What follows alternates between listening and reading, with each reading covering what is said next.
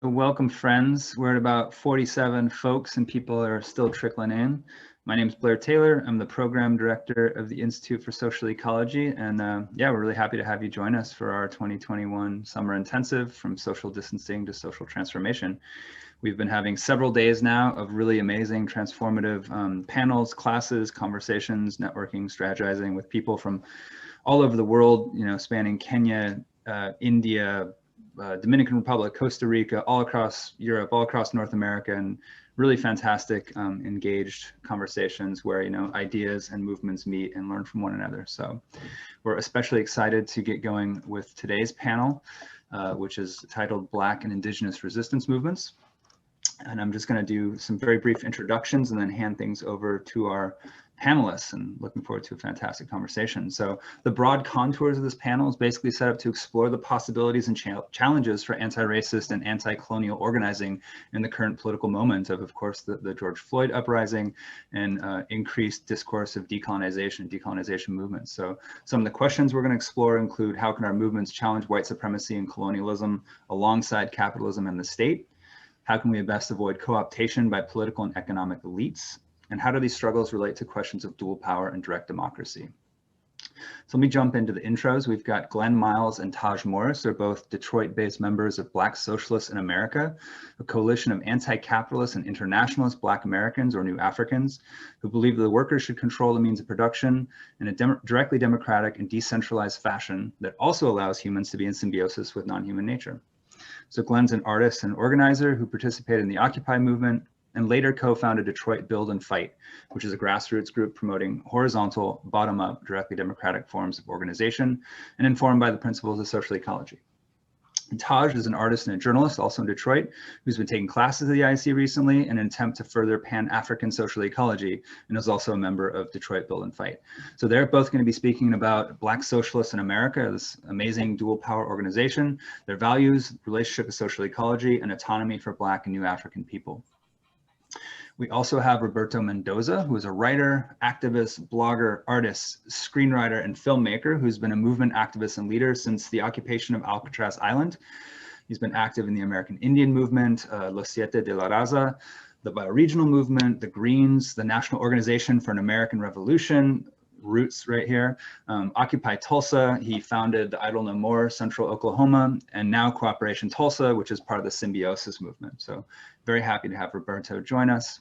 His talk is going to focus on answering MLK Jr.'s call for a radical revolution of values, and how indigenous values, including Buen Vivir, answer his call, along with the ideas of Murray Bookchin, Abdullah Öcalan, and the Zapatistas. So he's going to discuss how these values are the direct opposite of capitalist values and offer a clear foundation for a new American revolution. And lastly, we have Kazembe Balagun. He is a longtime friend of the ISE based in New York City. He's been a stalwart. If you've been in the left in New York, you've probably come across Kaz with the Brecht Forum, or most recently with the Rosa Luxemburg Foundation.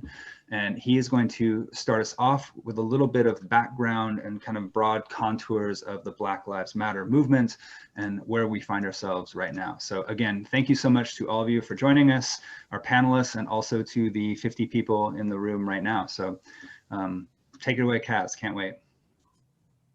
Thank you so much, Blair. Thank you for the invitation. I want to give a shout out to all of my co-panelists, Tajh, Glen, Roberto, but also a special shout out to the Institute for Social Ecology. For those of you who saw me earlier, about 5 minutes ago, I was shouting out Haya Hella and Laura, and also Brian Toker, who's also not on camera, but on here. I'd like to also give a shout out to Dan Chardoff. It was about, I think, 17 years ago that I had actually attended a summer intensive at the ISC when it had a space at the Goddard College in Vermont, in Plainfield, Vermont. And that's when my relationship with the organization started, and so for me, it's always been a place of in deep ecological struggle, a struggle around ideas, sharing ideas. I'm sorry, can someone put their, I'm hearing myself in the echo. Okay, yeah, I'm sorry, it's not there anymore. Sharing ideas. Had the opportunity to actually talk with Murray Bookchin, and take a class with him. Let's just say he was feisty. That's my memory of him. Quite feisty, and we can talk about that at a later point if you want to understand that. What I wanted to charge myself with today, because we have such brilliant speakers who are on the ground and doing such great work, and as I was mentioning in the pre-meeting comments, a real generational panel of people who were active in the 60s, 90s, and beyond. I don't want to take up too much time. I just want to give a various sketches of the meaning of Black Lives Matter as it relates to this particular moment. What are some of the things I've noticed? And then maybe during the conversation, we can go deeper into these ideas around strategy, tactics, and philosophy. So I'll just simply say that my understanding and my development of Black Lives Matter is that, it's separated within two confines. There's a Black Lives Matter movement as an organization, and there's a Black Lives Matter movement as a hashtag. And I think that the universality of the hashtag is that which we should be, primarily concerned ourselves with, because that's the space in which the work of solidarity has occurred within the context of the Black Lives Matter movement. I think that, this hashtag, this term was, developed after the murder of Trayvon Martin, and really erupted in 2013, 2014 with the rebellions in Ferguson and also in Baltimore. And concurrently, obviously, the rebellions that happened last year, what was called the racial reckoning of the rebellions in Minnesota, right? What were some of the causes of this particular eruption of this particular hashtag? Why did it become such a driving force in our communities? I think that it's reflected economically within the context of like a very stern neoliberal approach towards Black communities that's been taking place that was taking place as a counterinsurgency method against the rebellions of the 1960s. So in the 1960s, we saw a broad social and political revolution of Black folks in this country. Everything from voting rights acts to the way in which Black people were treated in prisons, prison movements, within the context of feminist movements, within the context of even entertainment. All these things occurred within the 1960s as a unique challenge to U.S. empire.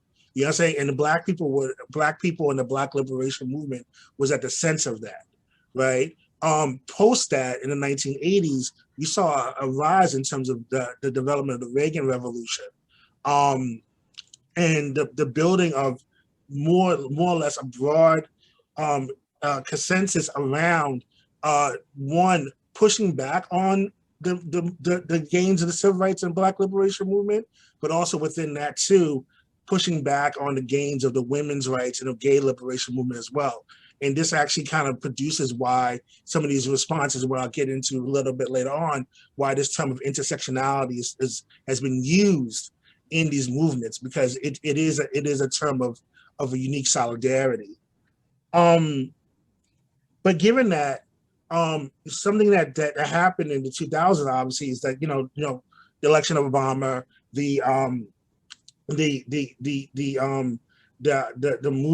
movement around this particular election, even though many of us on the radical left and many of us had no faith within Obama to be an actual solver of problems around race, we had an understanding around his analysis that he was a keeper of empire in a lot of ways, and wanted to challenge him, but also had this idea that the far right or the fascist right was an immediate threat towards the republic, to ideas around democracy, not necessarily democracy, but a challenge towards was an immediate threat, to say this. And I want to talk about this a little bit more in my other comments too. But all this to say that this is some of the kind of ferment that's happened. And now you mentioned that the ferment was also happened ecologically as well. I mean, Callie Acuna, who's the head of Co-optation Jackson, actually links the development of the Black Lives Matter movement in what happened in Katrina. In Hurricane Katrina, when like that devastating ecological disaster killed thousands of Black people that we witnessed. So there was that moment in that moment in which George Bush, the Republican president at the time did absolutely nothing, as thousands of Black people were being killed. And so that feeling was something that stretched out and then manifested years later in the current situation that we have right now. So this kind of moved just really fast and moving right along. I think that I mentioned that the Black Lives Matter movement is a universal hashtag. And I think that this is something that one of the strategists within the Black Lives Matter movement, Autumn Marie Griffin, developed in a panel that I was on with her. They're saying that as a universal hashtag, it allows for more or less of a freedom of ideological approaches to be placed within movements, right? And we see this, we see this kind of freedom of ideological freedom manifest in other movements too, such as Occupy, the movement of the squares in Spain, these other places, right? Where you have a large level of diversity of ideologies. So within the Black Lives Matter movement, you have liberal, social democratic, Black nationalists, Marxists, and increasingly these days anarchists. Sometimes they converge, sometimes they more or less conflict, both in terms of ideology, but also in terms of tactics. Do we get involved in electoral politics? Do we deal with the state? Do we create dual power? Does it demand a deeper analysis of our understanding of capitalism? These are all ideological questions in which the Black movement faces right now and are debates within the Black movement. Because of the numerical strength of African Americans in this country, our position towards our position in terms of having longstanding Black neighborhoods, our proximity towards Hollywood and the entertainment industry, the Black movement is also a global movement that has tremendous global impact. And so what we're seeing in this particular moment is that the Black Lives Matter movement and the Black movement also is deeply connected towards and reflective of movements for Black liberation in other countries. In Brazil, the movement is around is a democratic movement, but it's also a feminist movement. That's led mostly by Black women. And currently in the struggle around the fight against both, previously against dictatorship, but now against the far right. In Europe, is a fight that coincides with challenging the legacies of decolonization and the legacies of colonization. And so what you see in terms of the Black movement there is movements that not only are asserting themselves as Black, and we have to take into account that the term, for example, in a country like Germany, the term Afro-German or Afro-European is fairly recent. It wasn't until the intervention of the Black activist Audre Lorde that term Afro-German was even developed. They would in Germany, they didn't even count Black people, nor did they even call them Black. They were called, war babies, or like children of returned GIs or things of that nature. So the Black consciousness in Europe is, even though Black people have had a 500-year or so existence in Europe, the term Black is something that has been fairly new and has been connected to not only to issues of decolonization, but also issues around police brutality as well, particularly in places like Paris and also in Berlin. So we have a global movement, we have a diverse movement, we have a movement that is also extremely multiracial. As we develop, and we've seen in the past, in the works in the battles within Minneapolis, and within the United States, is part and parcel of this kind of movement towards of a multiracial democracy, right? That's also rooted within a critique of racialized capitalism, right? And so I think the connections between these ideas around, and I want to talk about this a little bit more, but I just really briefly in the sketches, these issues around racial capitalism or the roots of capitalism being rooted in the slave trade or in the extermination of Native American peoples is crucial in terms of our understanding of where we are right now. We're at a point of a reckoning, and I want to just talk about this a little bit. This past week in Canada, they discovered 215 bodies of Native American children who were at boarding schools in Canada in a mass grave. 2 weeks before that, they had discovered that the bones and the remains of the moved children who were victims of a bombing by the Philadelphia PD were found inside the University of Pennsylvania. A week before that, they discovered the German government, apologized for their role in the genocide in Namibia. So within this 3 weeks, what you see is that there was this calling out of the bones, the calling out of the ancestors. But in that calling out, there was a demand for us to do a deep analysis around how we got here is connected to deep levels of the taking of Native American land, extractive industries, Black enslavement, all of which is rooted in the wealth that we see right now.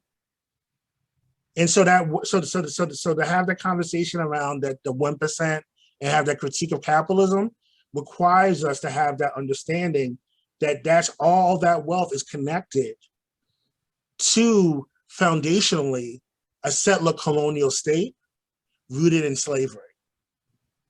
And so all the work that we do right now in terms of environmentalism, in terms of what we know as ecology, right, has to take that into account. But also within the context too of this repair that we need to do. So I want to just kind of leave you with this, and I promise I wasn't going to talk too long because I really did want to leave some sense, and I did. I think I did do the 12 minutes, right? Am I 12 minutes right now, Blair? Okay, just want to make sure. All right, are y'all with me? Okay, I just want to make sure. I don't want to bore y'all. All right. So what I want to say is last thing is that we need not to be afraid of reparations. Reparations is universal. Reparations is a demand, right? Takes into account both the historical situation of our country, the economic redistribution of wealth, and a path forward for all of us. And what you see at this political moment right now, in terms of some of these debates around Confederate monuments or critical race theory or what is taught in school, is that you're seeing a conservative backlash and a want to clamp down on the conversation of how we move forward. And so we have to have the courage as progressive people, as radical people, from the variety of different ideological perspectives that we have, to really have these deep conversations. What is rooted in the ground must come up into the light, because that's the only way we're going to be able to heal this thing and to do that work. And so I wanted to just give that as a short sketch. I'm sure there's some things that I missed, but that's okay. This is a collective process. I'm looking forward to listening to some of these folks that are going to be offering their own solutions and some of the organizational formations that they're doing. And also from some of the more veteran activists as well, in terms of their views as well. And I look forward to the questions and answers. And I'll leave my comments there. Thank you. Thanks so much, Kaz. That was fantastic. Next, we'll have Roberto Mendoza. Thank you so much. Yes, I want to add to what Kazembe is saying, that this movement includes everybody, and it also is worldwide. Native people are indigenous, and we indigenous people, we have two prime examples of the kind of society we would like to build. And one is the indigenous people in Mexico, the Zapatistas, and the other is the indigenous people in Kurdistan, in Rojava, because they were indigenous to that area.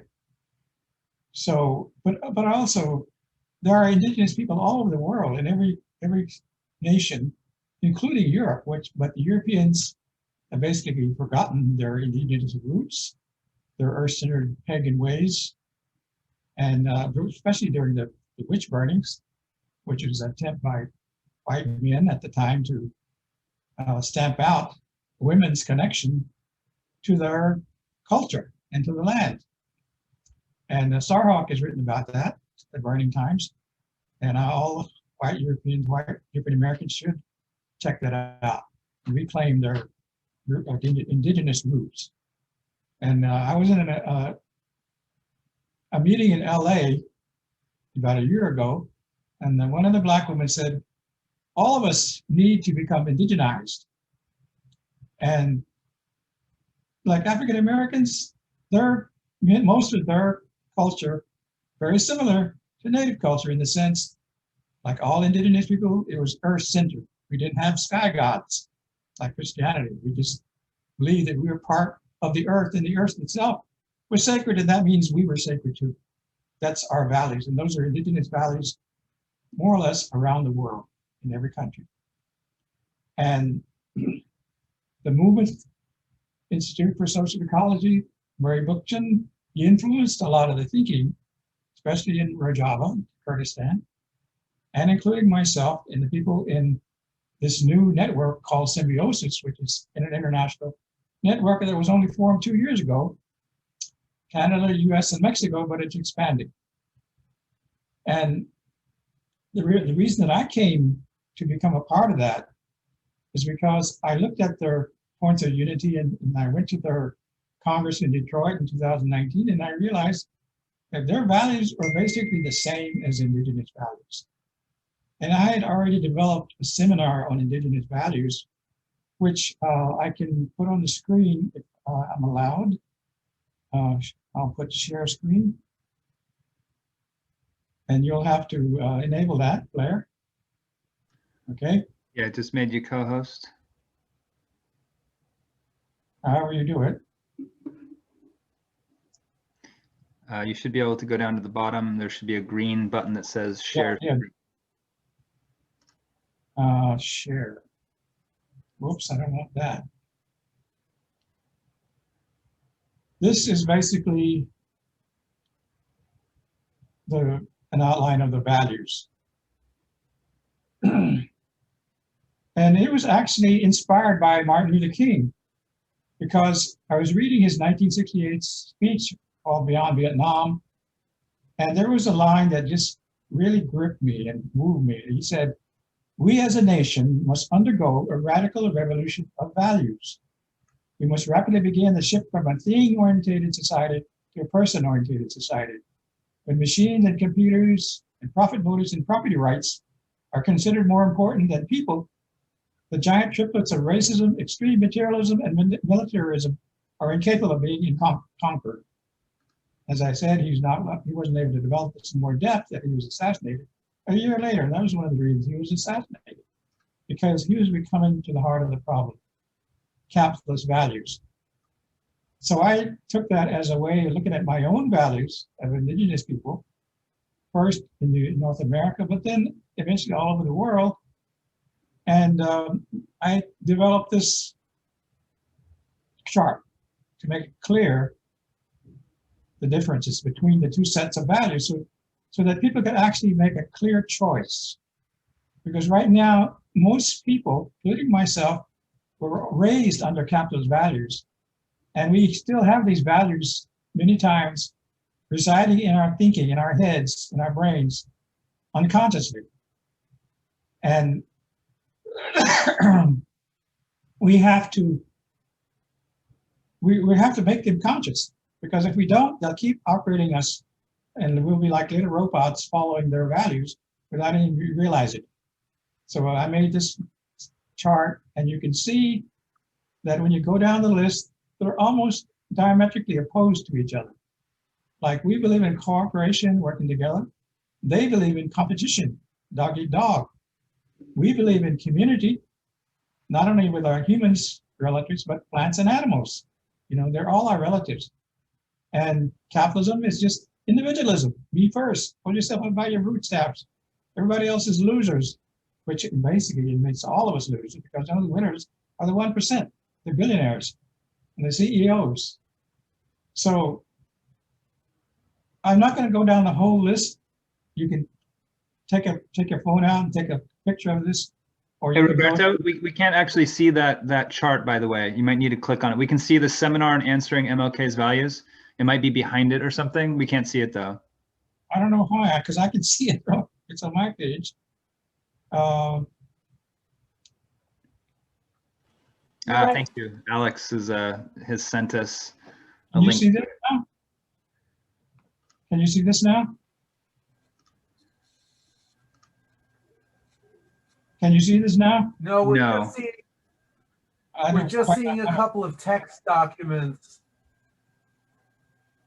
Well, could you see this one? You might have to stop sharing your screen and then share it again and specifically select the Screen file. sharing is paused. There's something to say, your screen sharing is paused. Yeah, if you stop the screen share and then click the green button again, and then click on the exact file you want us to see when it gives you a bunch of options. Boy. Resume share.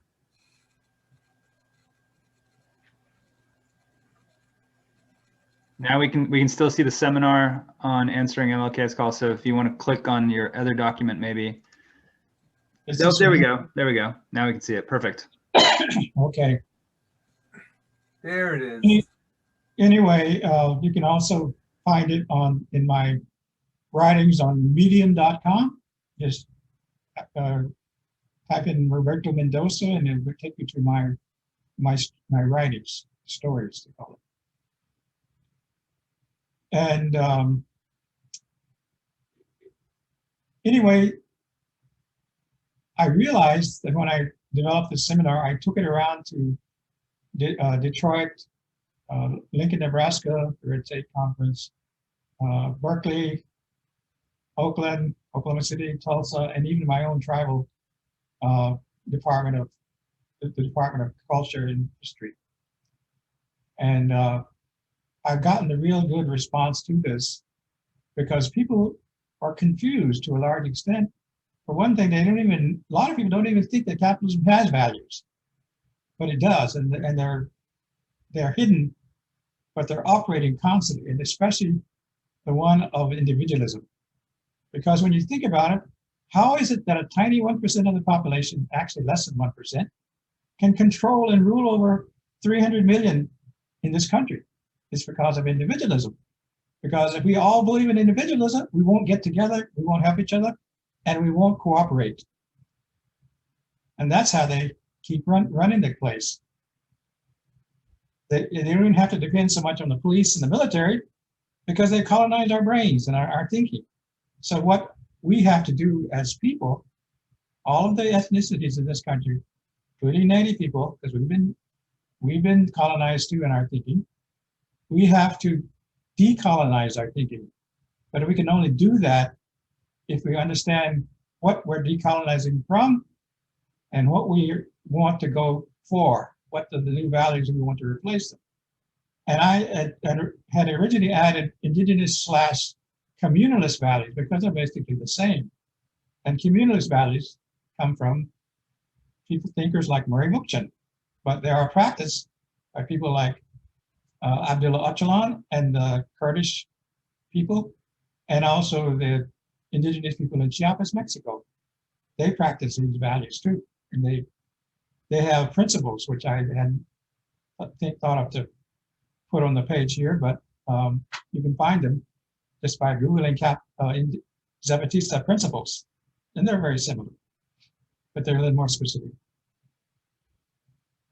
So my role, as I see myself, is answering Martin Luther King's call for radical revolution of values, because I realize that values are like the foundation of a house.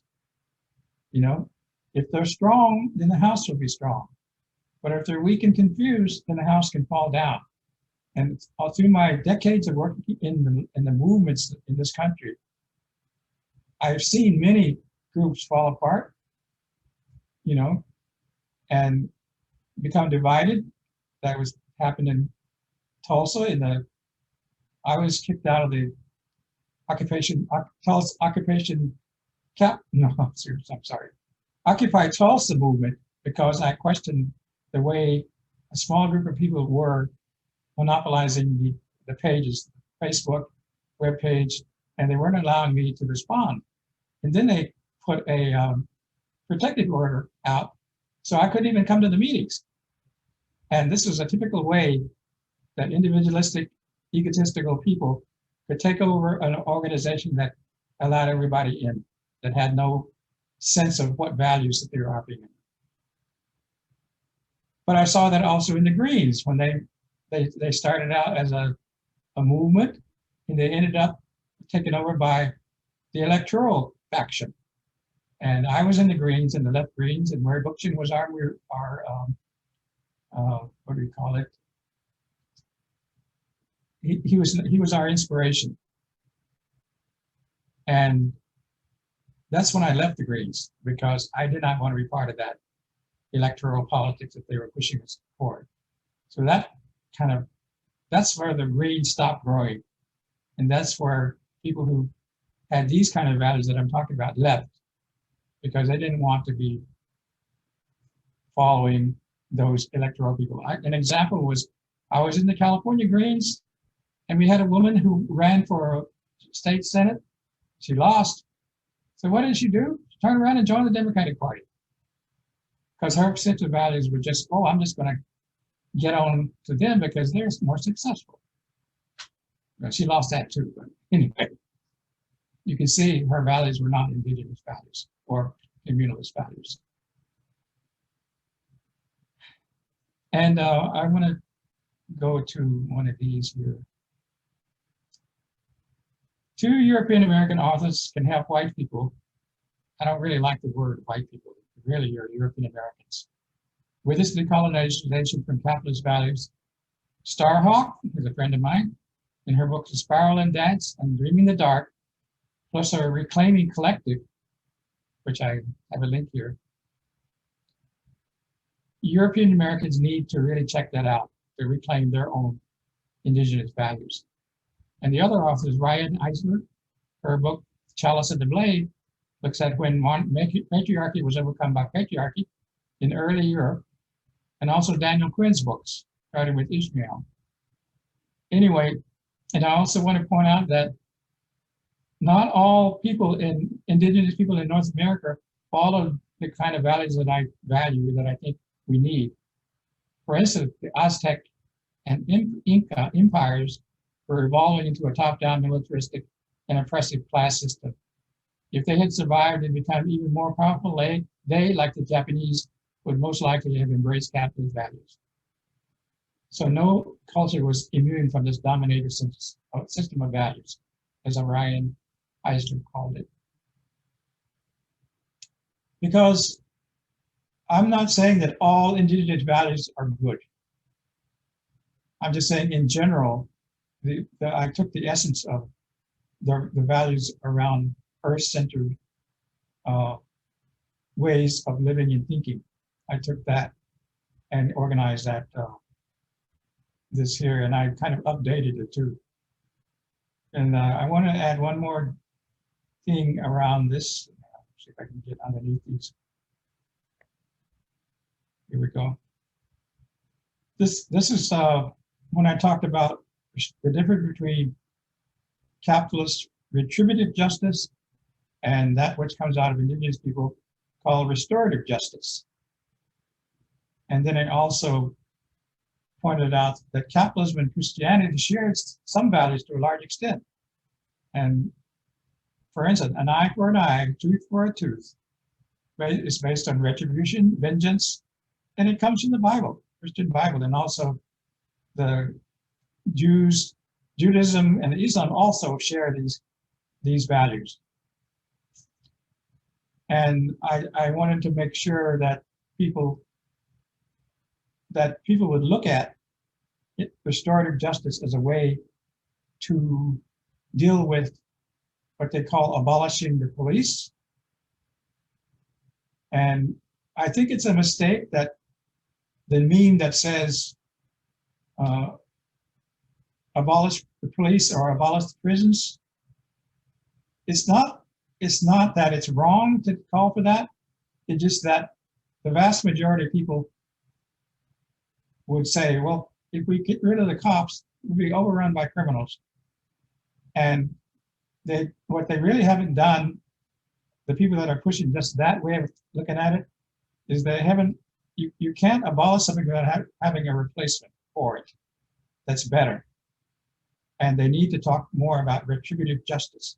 They need to emphasize that more instead of just saying abolish the police. You know, they need to talk about creating a new system of justice based on restorative justice. And I've had some arguments with people about that, but you know, I'll just leave it at that. So one other thing that I'm doing is I'm trying to start a Native American group based on these indigenous values, because right now that we have two movements that Native people are still joining. One is, of course, AIM, American Indian Movement, which came out of the 60s. And the other is this new movement called Red Nation. I think that's what they call themselves, based in Albuquerque, New Mexico. And they're communists. And they don't really look at Rojava. They don't really look at the Zapatistas. But what it bothers me is because the communist movement still depends on the state. And of course, the Zapatistas do not. And they were the way we should go in that direction, away from the state, toward autonomy. And in my state of Oklahoma, been heavily colonized by Christianity. My mother was Christian. My grandfather was a Baptist pastor. And a lot of the Native people there are pushing back when I tell them that Christian values and indigenous values are not the same, because they were telling me that, they're basically the same, but they're not, because they're based on different values and a different worldview. Because our worldview is based on looking at the earth as sacred, that we are part of this earth, and Christianity looks at sacredness resides with God and up in heaven, in the stratosphere or outer space, wherever that is. And bad people reside in hell, or go to hell, which is probably in some volcano or something, I don't know. But I'm being too cynical there. There are good Christians, obviously. Some of them who practice what they call in Latin America, liberation theology. And there's a group here in Tulsa that we started to work with, Luke 3:18 or something, which has a garden. And when I talked to the guy who's running the garden, he really liked the ideas that we had in our group, Cooperation Tulsa. Because in our group, one of the things we want to do, of course, is to create self-sufficient institutions that replace capitalist and corporate and state things like welfare, like supermarkets, industrialized agriculture, You all know what I'm talking about there. And one of the things we're doing is helping people with gardens, because gardens are a form of revolution, as Grace Boggs pointed out. You learn a lot about revolution by starting your community garden. You learn about sharing, you learn about the sacredness of the earth, and you learn about health, because right now in our health system, they don't emphasize eating good food, organic food. And that's why there's so much, problem with health system, healthcare system. Anyway, we have approached the AME Church in North Tulsa. It was one of the few churches, I think it was the only church that kind of sort of survived the Tulsa race massacre in 1921, where 40 blocks of homes and businesses were burned down to the ground. 300 people died, 10,000 people were homeless. So we made it a point to work with the Black community with their community gardens, but that's not the only one. There's others that they're starting. And I was inspired because I spent a year in Detroit, and I saw those huge gardens in Detroit. And I remember Grace bringing up the saying that we had to make something out of nothing. They saw all these empty lots full of trash, and they decided that would make a good place to have a garden. Because a lot of the older Black women had gardens before they came in, before they went to Detroit from the South. So they made a positive thing out of a negative thing. And I was inspired by that, because North Tulsa is what they call a food desert. Because up until this year, actually, they did not have a single supermarket. They just had these convenience stores, liquor stores, Dollar General stores, which really did not serve any good food. So there was a lot of diabetes, obesity, heart problems, cancer, traced directly back to what they were eating. But it's the same with Native people too. We have what we call Indian tacos, which are poverty tacos because they're made with white flour, and instead of using, white flour and like hamburger meat, worst kind of meat, red meat. Anyway, but it became a part of our culture. But it's sort of like, it's the same kind of way that chitlins became part of Black culture, because that's sometimes the slaves, all they had to eat was chitlins, the guts of cows. And anyway, I'm going to check my time here. We're basically at time, Roberto. Okay, well, that's good. I'll leave it at that. But I just want to let people know that we really need to look at our values and be clear about them. And we need to answer Martin Luther King's call for a radical revolution of values. Thank you. Thanks so much, Roberto. We will hand things over to Tajh and Glen from Black Socialists in America. Hello, I'm Tajh.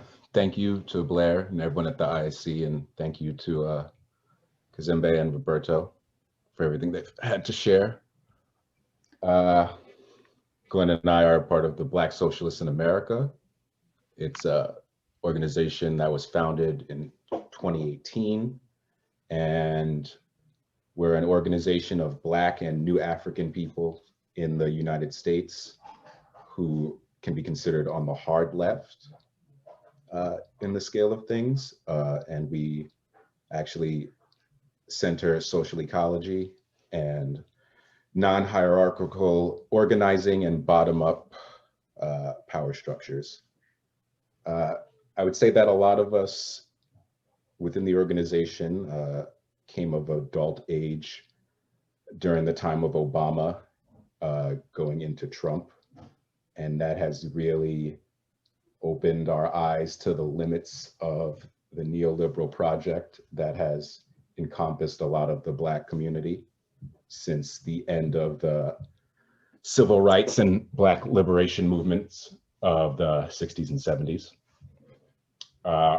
As I said, our values, are autonomy for the Black and New African peoples in America, trying to push more direct democracy and social ecology, because also there have been a lot of people activated during this time, and there are a lot of people just kind of looking at the old models and venerating the Panthers or, you know, other, you know, SNCC, or just really focusing on trying to rehash things that have not worked out in the best manner. And we try to have a critical look at history and being able to critique all aspects of the culture and the movement, and trying to build off of what has been done, taking the good and leaving the old. And a lot of that has to do with gripping with that authoritarian tendencies have been a huge problem, you know, not just for the world, but especially within the Black community. We too have a strong sense of solidarity with the Zapatistas and the Kurdish movement.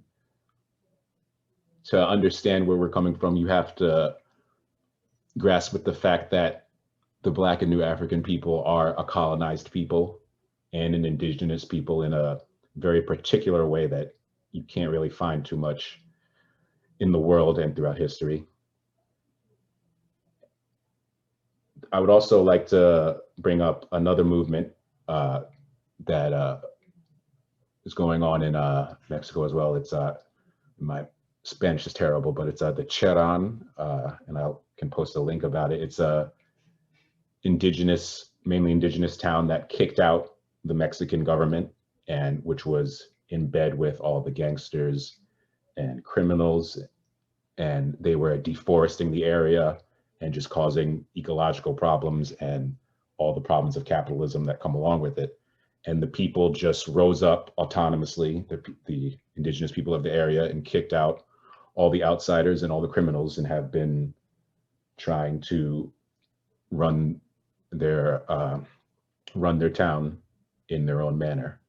So that ties into what we're trying to do in senses of trying to look at the historical roots of maroonage and how that ties into the liberation of Black people and the culture itself. I would also like to point out two big influences or resources that we're organizing and promoting now. Are one is, of course, Lorenzo Irvin, Kumba Irvin's Black Anarchism and Anarchism in the Black Revolution, I'm sorry. And that's an excellent book, which is in our resources. If you go to the Black Socialists website, there's a lot of different resources that gives you some perspectives of where we're coming from, what we're doing. Another great one is came out a year or two years ago, is Modibo Kadali's Pan African Social Ecology. And he's also a great perspective on Pan-Africanism and critiquing it with its ties to statism and authoritarian tendencies in the past. I guess I'll hand it over to Glen, because we're both Detroit based, and Detroit is a very particular city in America because it is, I like to call it the land where capitalism has already failed, because it was completely run by the auto industry. And when other countries started to be able to make automobiles, and the flight of capital within the 70s and 80s in general, just to other countries for low wages, Detroit has been it was actually one of the cities that went bankrupt not too long ago, I think in 2013. And it's just been a very difficult but amazing place to see survive and thrive. And it's one of the largest, historically one of the larger Black populated cities in America. And yeah, I have Glen talk about our projects, and take it away. Yeah, no problem. Thanks, Tajh. Hope folks can hear me clearly. You good? But yeah, so to pick up where Tajh kind of left off there, so one of the things that I think that folks definitely need to take into consideration when it comes to, because what is this topic? This one is like Black and Indigenous resistance. And so when we're talking about what it means to resist, like you have to think about what it is you're resisting against and how it is you're going to resist. And these things kind of tie into two different elements of how you position yourself and how you maneuver as an organization or a different formation. But it's very key to look at the different sectors in the world where there are these different groups that have taken on these ideologies and these frameworks of intersecting the different just the different identities, the different cultural backgrounds, the different forms of indigeneity that coincide with all of the different cultures that persist in these regions. And by these regions, I'm referring to the groups such as the folks in Rojava, the folks in Chile and the Zapatistas and Chiapas, which have been mentioned throughout this conversation.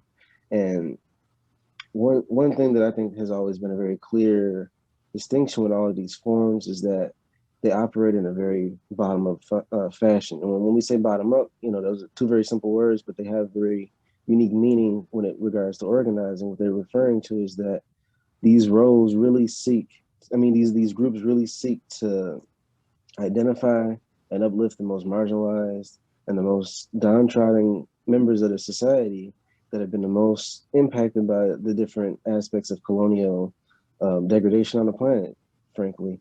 And it's very important to notice that the ones that have had the most resilience in standing up to capital, that have had resilience and been able to maintain themselves in different forms, have been ones that have sought to bridge the gaps between the most oppressed members of our societies. In Rojava, they really sought to connect with ideas of feminism. The women there, or the people there that study it, they refer to it as genealogy, but they have a really distinct form of thought around oppression and how even people who may not necessarily deem themselves affected by structures such as patriarchy, even they are victims of oppression themselves. And with especificissimo in the Zapatistas, they themselves say that they don't intend to impose an ideology on the people that they are moving and organizing with. They function in a way where they really take into account what the people, how they want to move, how they want to create their organizations, how they want to run them, how they want to govern themselves. And in essence, they become ungovernable from the state that exists around them and begin to govern themselves as autonomous people.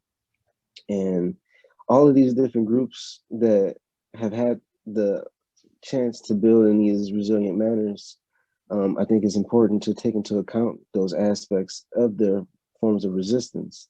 They're not just coming at it with just a principled analysis of the mechanisms of capital. They're coming at it from a humanistic form in which they engage with the people, the evolutionary components of which we've all, had influences over time. And by that, I mean, like, we've all had different cultural norms, shift in ebb. We've all had different cultural movements and cultural revolutions that have just persisted and risen to the top at different times in history, but they ultimately always come up a little short. And I think a lot of the reason why we come into those situations is because they don't take the whole breadth of the human experience into account and think about the ways in which we move and actuate levies that can actually impact the lives of the most downtrodden. Once you begin to move in that fashion and you begin to alleviate a lot of the tensions created by the current oppressive structures, you'll begin to find that the people who are often most forgotten in these current existing movement structures can be the most valuable and most refreshing perspectives to be brought into the movement to help get people to actuate themselves and really engage with the society, the world that we all belong to. And so to kind of tie some of those bridges and to bring some of that to more of a local sense, here in Detroit last summer with the uprisings and just COVID in general and dealing with the aspects of the pandemic and how they influence capital to really bear its fangs and, you know, discard those who the capitalist system considers the most expendable. We came into a position here where a lot of us were becoming disillusioned with the previous forms of movement organizing which we engage with, and we just decided to take it upon ourselves to figure out the ways in which we can connect with people from different backgrounds in the city who have different experiences with different forms of intersecting hierarchies and pedagogies of oppression, and really building in a way where we try to be as horizontal as possible, try to take into account different aspects of people's identity and also the positions in the class strata. And we formed a group here in Detroit called Detroit Build and Fight, which is largely influenced by a lot of the work of folks in Cooperation Jackson and around the world in these different formations, and trying our best to really contend with the different contradictions we have to deal with in our local setting. And so we've identified points of unity, we've identified organizations in which we hope to build with, and we've been engaging with some very, what we consider to be like survival programs, as Lorenzo Kumbo Irvin would say, survival programs pending revolution. We've been finding that we get a lot of engagement from like community gardening projects, things of that nature. And we've been expanding to figure out other ways in which we can connect with groups that are already doing the work on the ground, that share our values and not have to reproduce, not have to recreate the wheel, in the sense that we're doing a lot of the heavy lifting. We can begin to develop like revolutionary forms of, what's the word I'm looking for? Not resource management, but I was thinking more so like supply chains and things of that nature. We've been connecting with people who are already engaged and have access to different points around the city, and just trying our best to help basically leverage a lot of the resources that get forgotten and move them into places where people can actually utilize them and actuate them through things like community fridges and also through just different trainings and things of that nature to get people to become as self-reliant as possible. Again, we just started last summer, so we're still a small formation, but one thing that I've noticed just in our earliest stages is that by engaging with these principles and these values and really trying to hold ourselves accountable to the different ways in which we engage with our different localities, and the ways in which that we engage with power, depending on our perspectives, whether that be as from a patriarchal stance, as a man in a society, or that being someone who has a different place in the capitalist structure in the form of class. We've been trying to figure out ways to balance those things out and really take into account and uplift the voices of the most marginalized in our forums. So yeah, I guess that would pretty much be the gist of what I would like to get at with that regard. And I think it's really important, again, to make sure that people take from this that a lot of the connecting threads is how these groups always take into account the, you're not trying to lead the people, you're trying to engage with the people and get them to lead themselves. And that seems to be the most radical form that truly taps into the human spirit in my experience. So here's the thing, right? So in New York City right now, I don't know if you've noticed, we're in the midst of a mayoral election after, a very bad COVID season. And, we have about 8 people running for a mayoral election. We have this new thing called ranked choice voting, which you just like, you vote for 5 candidates instead of 1. We have expanded the electorate in terms of the earlier voting. You can vote for 10 days here and all these different things. And yet, and still, people feel fractured and powerless, right?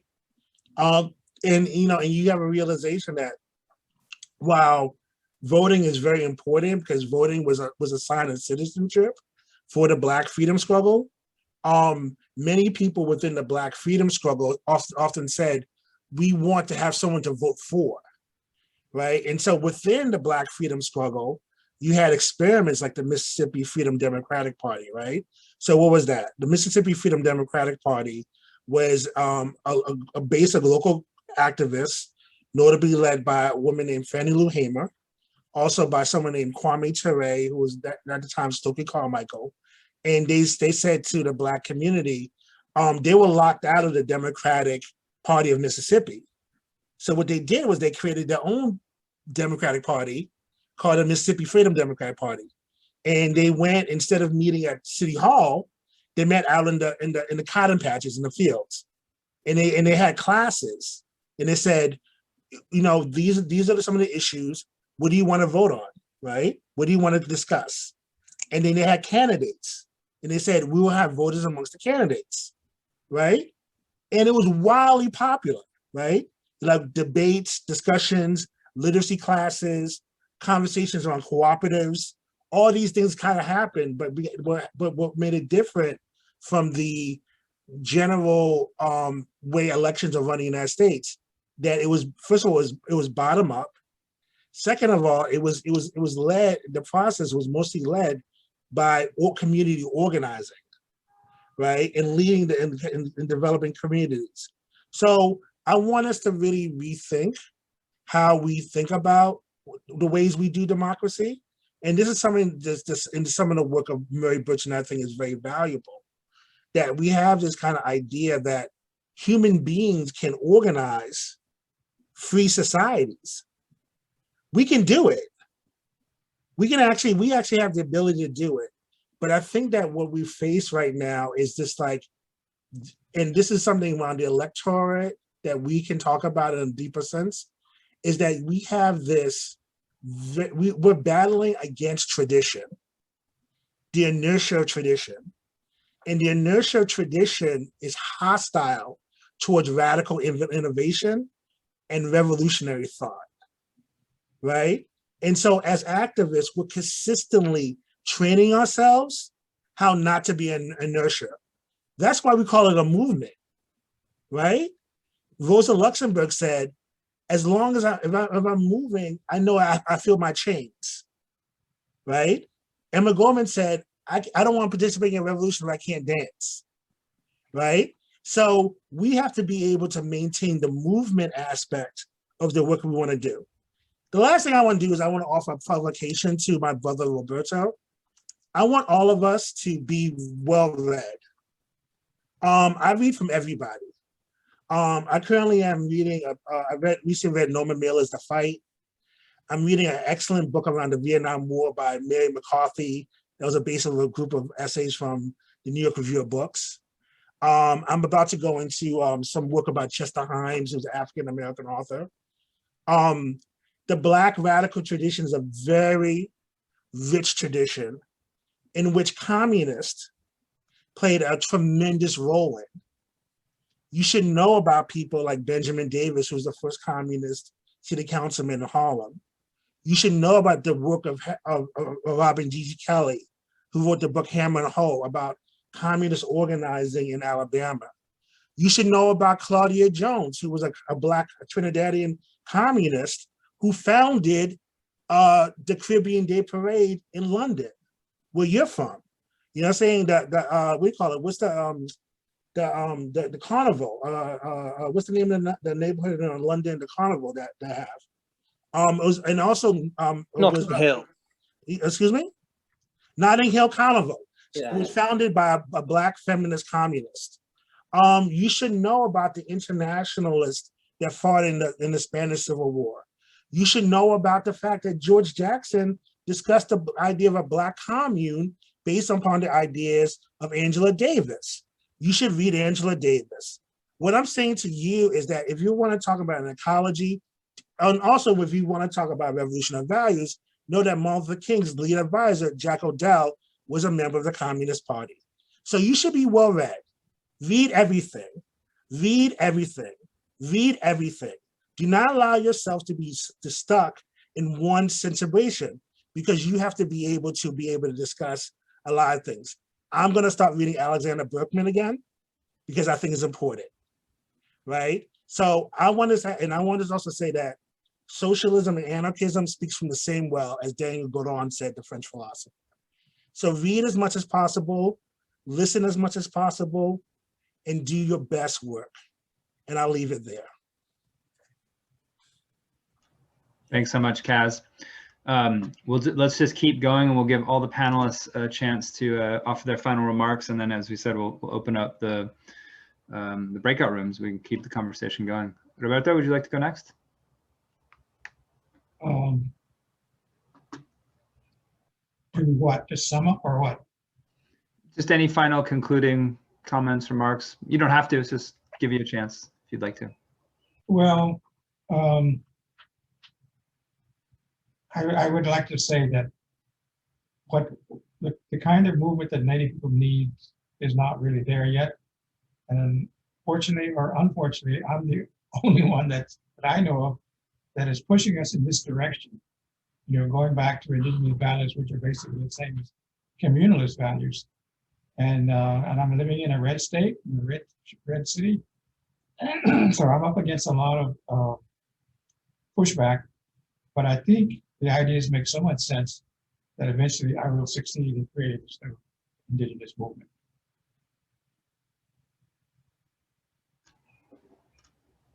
Thanks, Roberto. Glen and Tajh, I want to close us out, and then we'll give a little blurb before we break into the groups. Yeah, just as I said in the chat, neither Glen and I are actually on the Dual Power app committee. We don't have too much insight into it, but there will be some more live demos and a lot more information coming out. So I just put the link for the Twitter in there, and if you follow us on social media, that'll keep you up to date. There's some live demo happening Wednesday, I believe. So if anyone is interested in that aspect, check that out. And yes, I would just agree with what Kazembe said, that you have to read all aspects, and you have to take the best of each tradition and build upon it. And I think Murray did that. Murray started out as, basically a Stalinist as a child, and, look where he ended up. So I think we have to, embrace the parts that have worked, because yes, a lot of the Black radical tradition that falls under communism has a lot of great things. But, there's also a lot that Black anarchism, which is relatively new as a tradition comparatively, has a lot to offer as well. But, read everything is, that is great advice. I'm personally, just to try to understand and the idea of Pan African Social Ecology a little more. I'm reading a lot more of C.L.R. James, who is one of the greatest Marxist thinkers born in Trinidad, and also had a very interesting trajectory where he, started out, as a Stalinist and then was a Trotskyist basically for the rest of his life, more or less, but also came upon the idea that the Vanguard Party, even though he stayed a communist, he came to the conclusion that the Vanguard Party and the nation state were problematic. And also, besides C.L.R. James, another good one is Walter Rodney, How Europe Underdeveloped Africa, Groundings with My Brothers, things of that sort. Angela Davis, Assata Shakur, bell hooks, all these things. So yeah, thanks everyone. Glenn. Yeah, yeah, thanks everybody. Thanks Roberto. Thanks Kazembe. Thank you, Tajh. Thank you, Blair. I just want to say, to close things out for myself, yeah, I agree with the notion, definitely. Stay well read, digest from various different pools of knowledge, not just folks who are engaged in movement ideology, but folks who are engaged in developing new systems of energy production and food resourcing, agriculture and mycology, like all of these things. Like I'm really strongly of the ideology that we need to have a really firm, strong tool belt that we can, pull from for any occasion, and we should be definitely trying to congeal all of that knowledge into a strong platform that we can engage from a very scientific and also very holistic and spiritual base, not discounting any of the aspects of the human experience that have been culturally and, I would say in a civilizational point, very important to developing humanity to the point that we're at. And a lot of what we need has already been developed, but it's also very important to keep your head on the swivel and pay close attention to the new folks that are emerging and organizing and finding new ways of engaging with themselves, especially around things like identity. A lot of the young people who are in the 20s, teens are really grappling and coming to new ideas and new ways of organizing themselves with regards to identity, queer identities and things of that nature. And I think it's very important for folks to, yes, look back in history, look back through the text of the theory and the practice that has been established, but also don't discount the youth and the areas of life in which they're engaging, and that the ways in which they're trying to raise their voices and make it known the ways that they would like to see a liberatory future for themselves and the generations behind them.